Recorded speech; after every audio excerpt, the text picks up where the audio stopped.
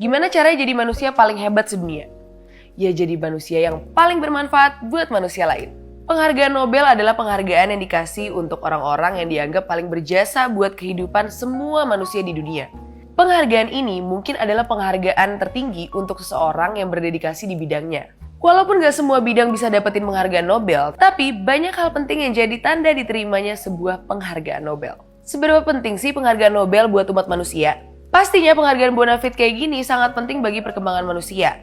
Emang sih gak semua orang tahu siapa penerima penghargaannya dan apa perannya dalam kehidupan manusia. Tapi buat beberapa pakar di bidangnya, ada 4 hal yang bisa kita cermati. Yang pertama, dengan besaran nominal hadiah Nobel, ini bisa jadi uang pensiun atau tambahan dana buat kehidupan atau pekerjaan mereka. Kedua, kalau seorang pakar bisa menangin penghargaan ini, dia akan jadi gampang buat diterima sebagai pengajar, budayawan, tokoh, atau peneliti di daerah manapun. Ketiga, penelitiannya bisa dijadiin ukuran buat semua pakar tentang apa yang lagi berkembang di dunia dan apa yang dunia lagi butuhin. Keempat atau yang terakhir, hadiah penghargaan Nobel ini juga bisa dijadiin alat. Misalnya, ketika perang Vietnam dan Amerika Serikat lagi berlangsung, penghargaan Nobel dikasih kepada kedua belah pihak supaya mereka berdamai.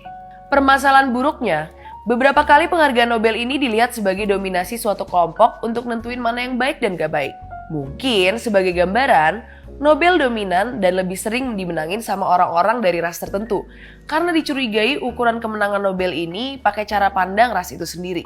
Penghargaan Nobel memang selalu ditunggu karena dari penghargaan Nobel ini pemberitaan tentang pemenangnya jadi tersebar luas dan masif. Banyak orang jadi tahu tentang rekayasa genetika, ukuran kuantum, aspirasi perempuan di Timur Tengah, dan lain sebagainya ketika para penerima penghargaan Nobel itu diliput besar-besaran tentang hasil kerja kerasnya.